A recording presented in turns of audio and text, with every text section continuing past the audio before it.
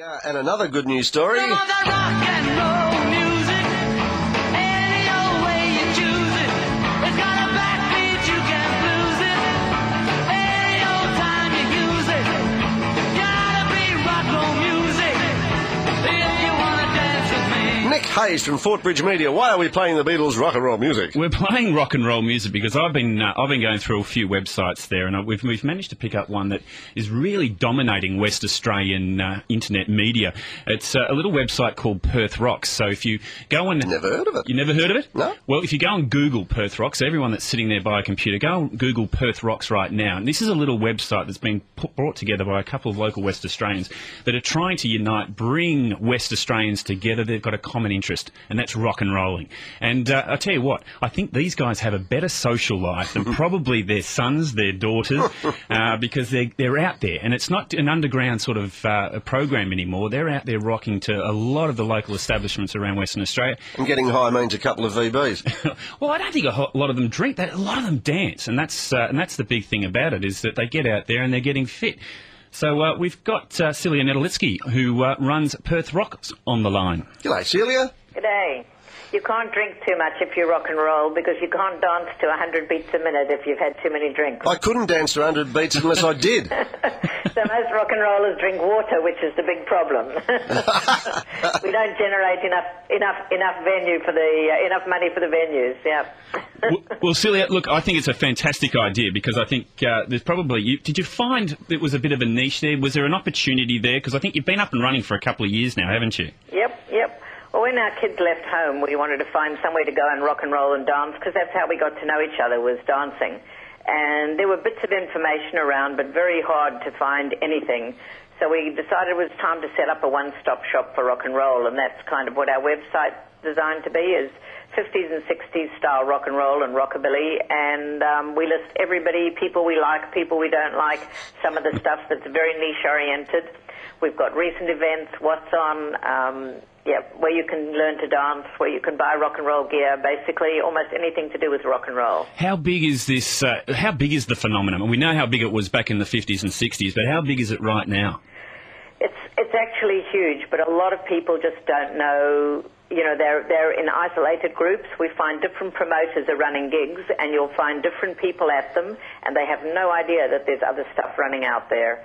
So that was the idea, is slowly now we're getting more and more people sending their stuff into us, so we're getting it all in one place. But there is a very large circle of people interested, and we're also finding a lot of young people are getting involved, because a lot of young people really want to get involved in partner dancing. And I think like whenever we're out there dancing, the young people always try and copy us. But for us oldies, where do you meet for rock and roll dancers now these days? Well, probably if you'd have to consider the Mustang Bar in town, rockabilly and rock and roll headquarters. The Mustang Bar? Yeah, Mustang Bar in Northbridge. There's rock and roll, somewhere to rock and roll, swing or rockabilly almost every night there's a band. Do you have physiotherapists on hand just as a matter of interest? Look, they're rock and rollers. Well, I use a walking stick, but we do lifts and drops. There are people with prosthetic limbs, people with hearing aids, half of them have pacemakers.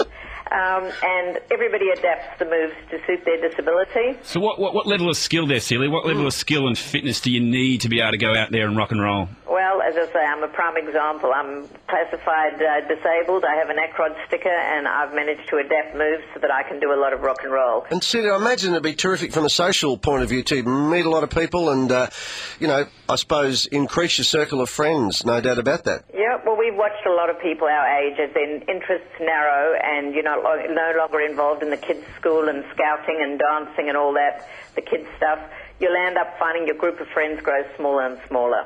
Since we've joined rock and roll, we love the music, we get fit dancing, and our friendship group has grown so big, it's just massive. We just know so many people, and it's a lot of the rock and roll clubs run gigs outside, things outside of their gigs, so that you can meet people. Like we run through our Facebook group, we run breakfasts. We organise groups to go to different functions and stuff like that.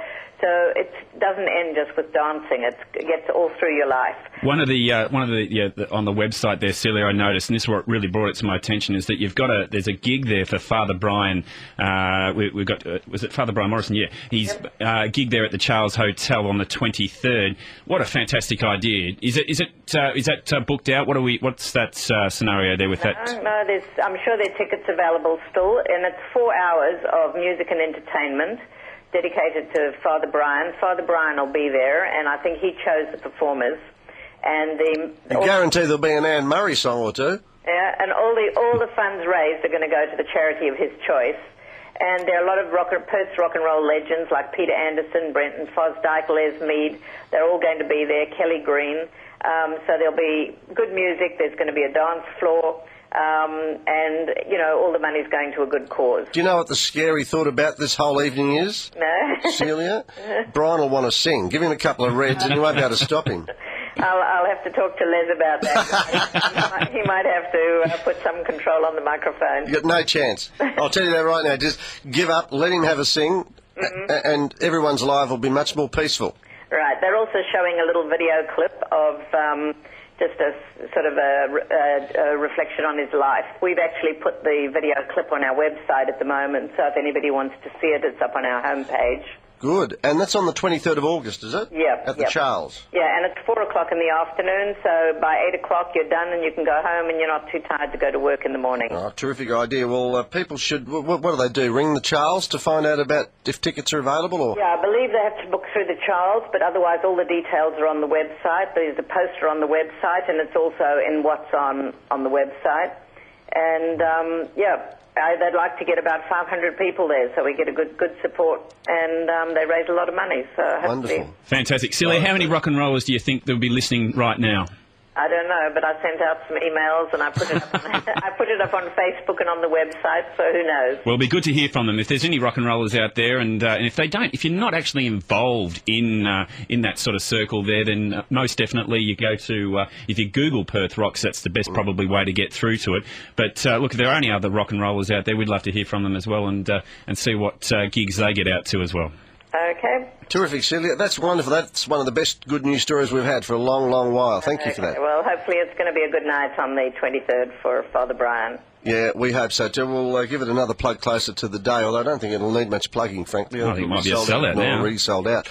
We'll check with the Charles. Thank you very much, Celia. Okay, many thanks. Celia from Perth Rocks. Good on you, mate. What a fantastic story that. Thank you.